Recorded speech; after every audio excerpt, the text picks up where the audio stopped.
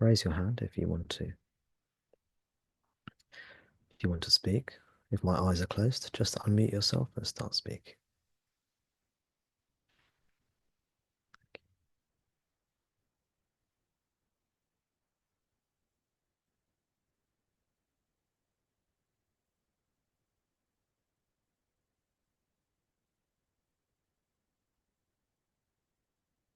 Luke, welcome.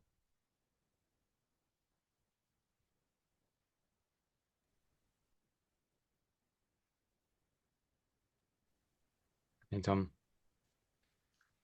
Hey. I don't have a reading, I just have a question. Um, is that all right? Yes, of course.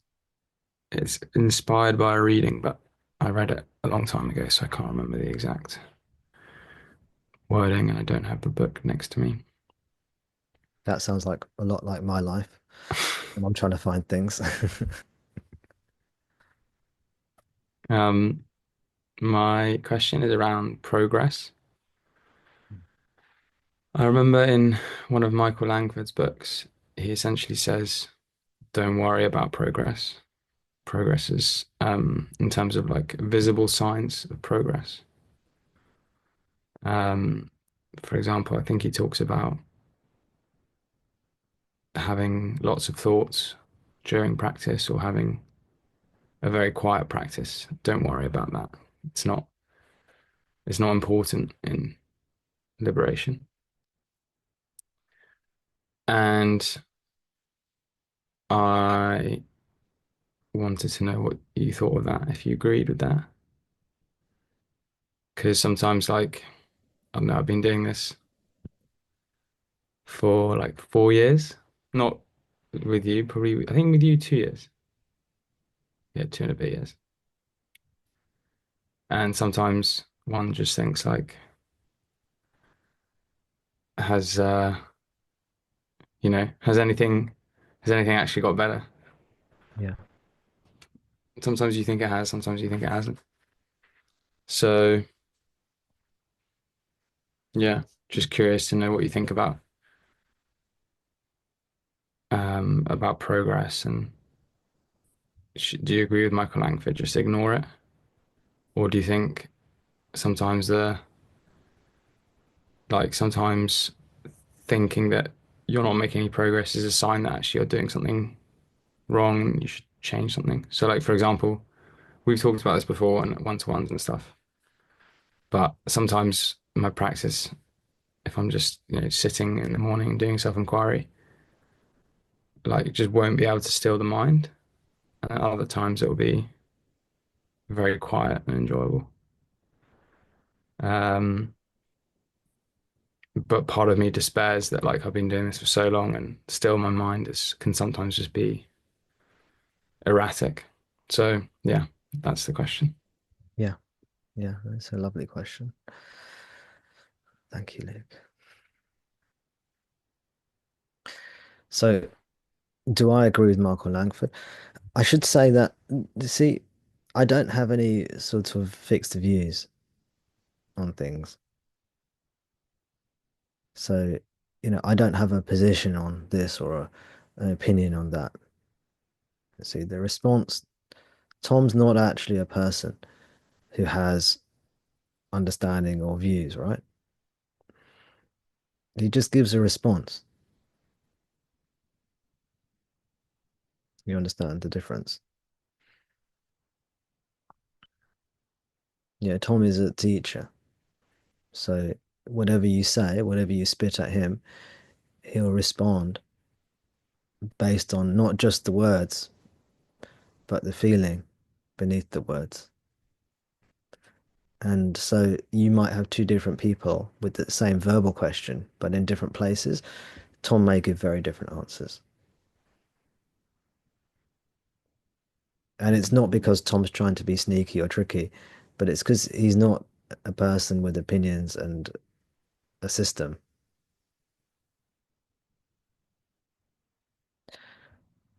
Now that is hopefully quite, if you're listening or if you're able to hear, that's actually quite useful in itself because it means there's not like a correct answer. But why is this? It's because it's Maya, right? You're asking me about Maya. And I give lots of answers about Maya. I'm very happy to speak about Maya, but you won't get fixed answers about Maya because it's ultimately unreal, it's illusion.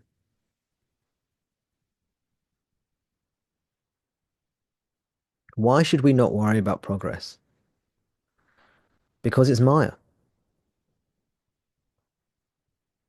right?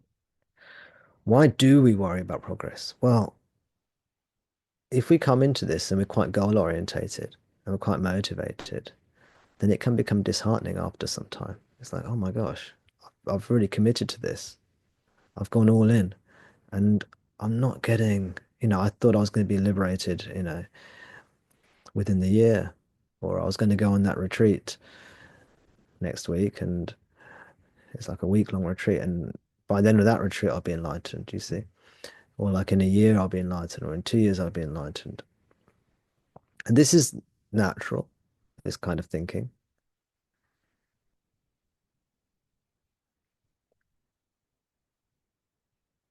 is natural for the mind to think these this way. But this is also the ego. The ego is realizing, oh, I wanted something. I was quite excited about getting it. I was quite motivated about getting it. And now, oh, it's not quite going the way I thought it would go. And then the ego starts to become disheartened, disillusioned, this kind of thing. And then it starts doubting whether it's on the correct path. Or what should I do?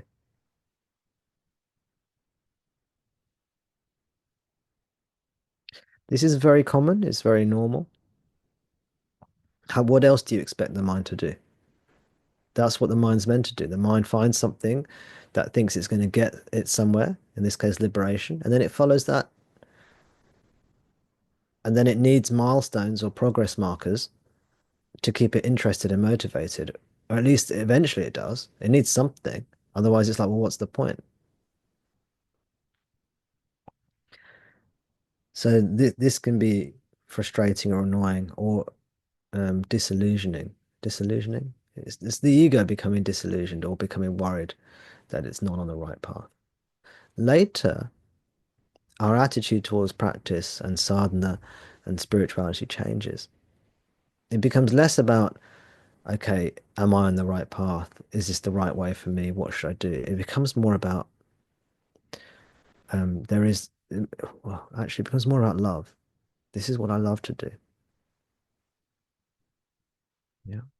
This is really enjoyable. Maybe it will get me liberated, maybe it won't. Even if it won't get me liberated, this is still something I love to do. So I'll do it, you know? Maybe you want to be the best chess player in the world. Yeah. So you work really hard at your chess.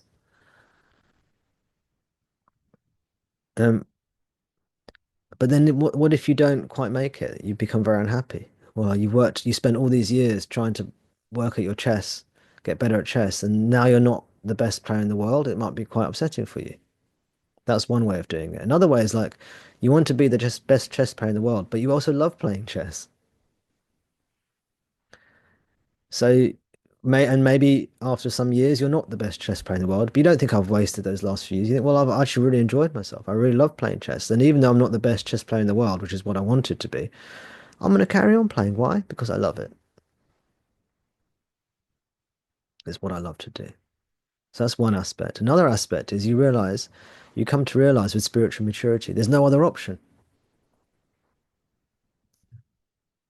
There's no other option. What else are you going to do? And once you start to realize this is the only way, then whether you're successful or not becomes less important. It's just really, well, this is what I've got to do. This is the only way. This is the only possible way. What's the other option?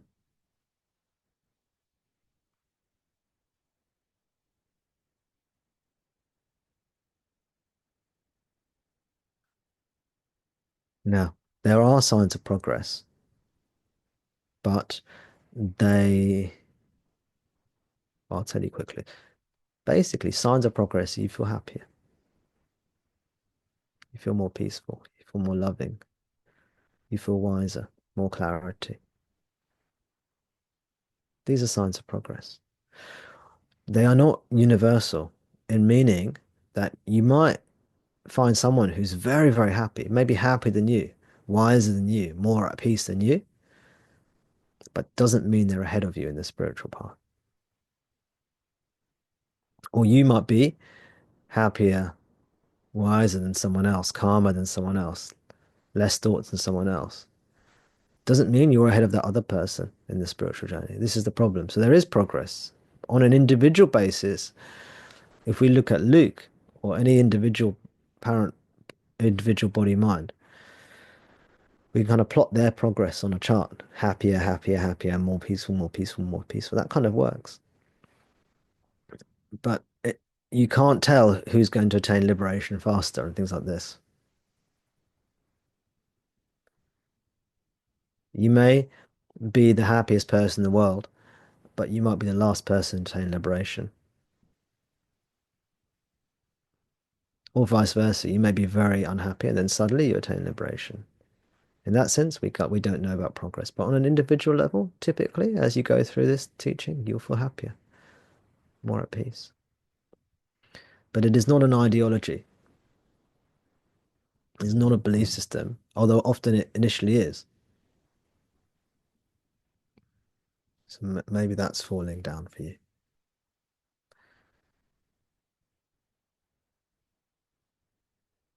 This is not, liberation isn't something you can attain through a practice, achieve through a practice. Why? It's because it's what you are. Cannot be gained. When you think it's something that can be gained, then you work very hard at it. But it's not something you can gain. It's not a new experience. It's not a new form of knowledge, something you can get. It's just yourself, devoid of any fiction, any illusion, anything else, anything extraneous to it. Just your own pure self. I think Bhagavan once called it the pristine state. It's just the pristine state. Pristine means totally pure, clean, uncontaminated, nothing else. Just that. When something's completely clean and uncontaminated, pristine, it means there's nothing else on it. There's not even a speck of mire, speck of dirt, speck of non-self there.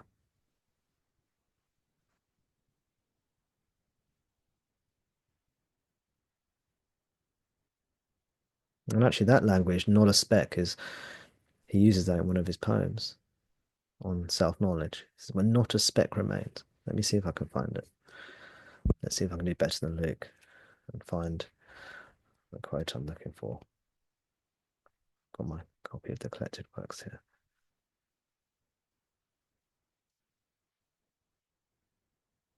I'm not doing too well, to be honest. Let's tell me where we're going.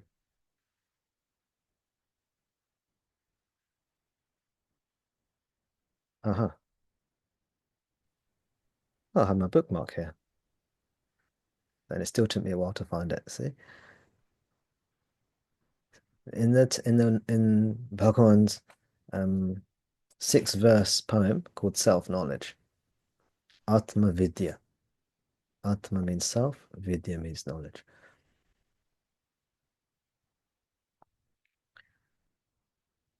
In here, this is verse 2.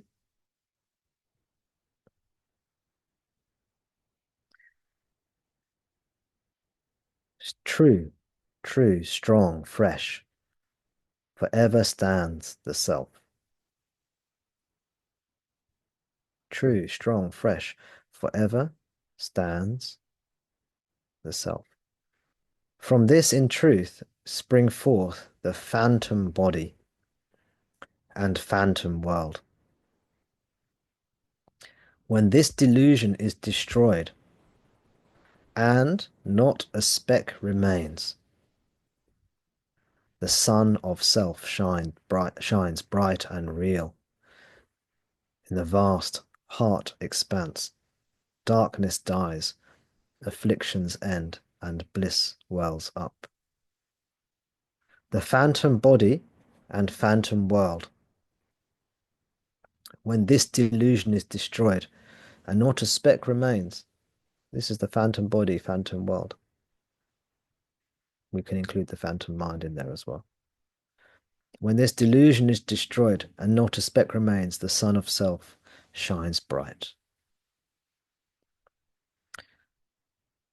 and real in the heart, in the vast heart expanse. Darkness dies, afflictions end, and bliss wells up.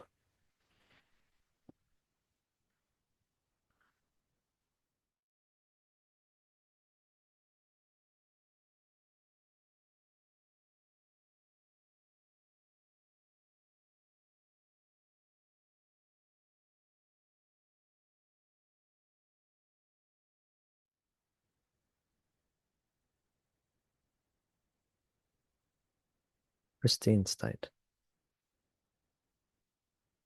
As you mature, it will be less ego driven.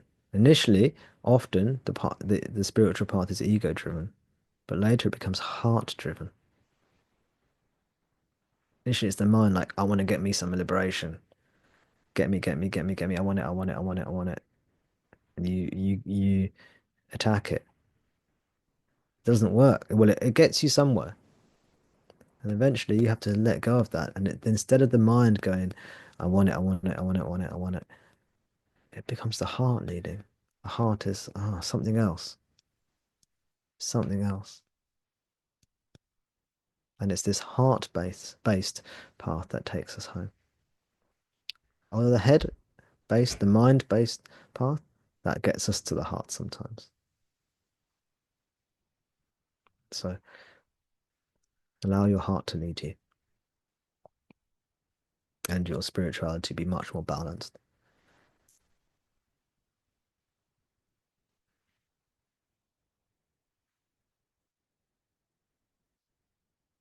Over to you, Luke, if you want to respond.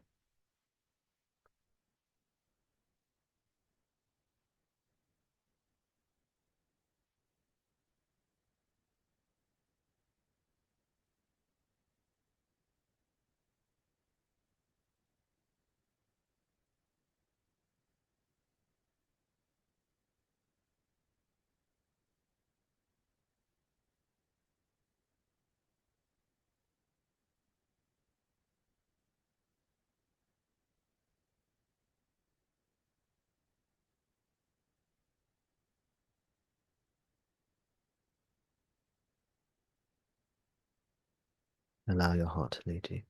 Thank you, Luke. If you want to speak later on, you're very welcome to. Very good.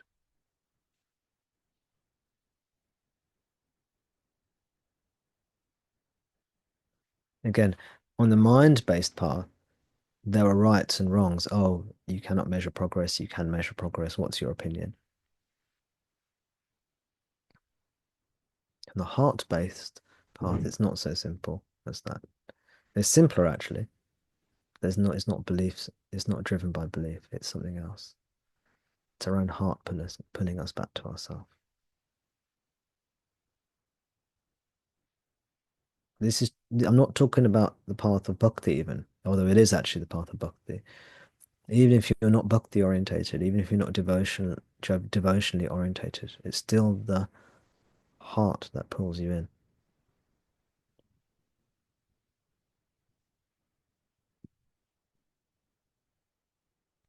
Again, thank you, Luke.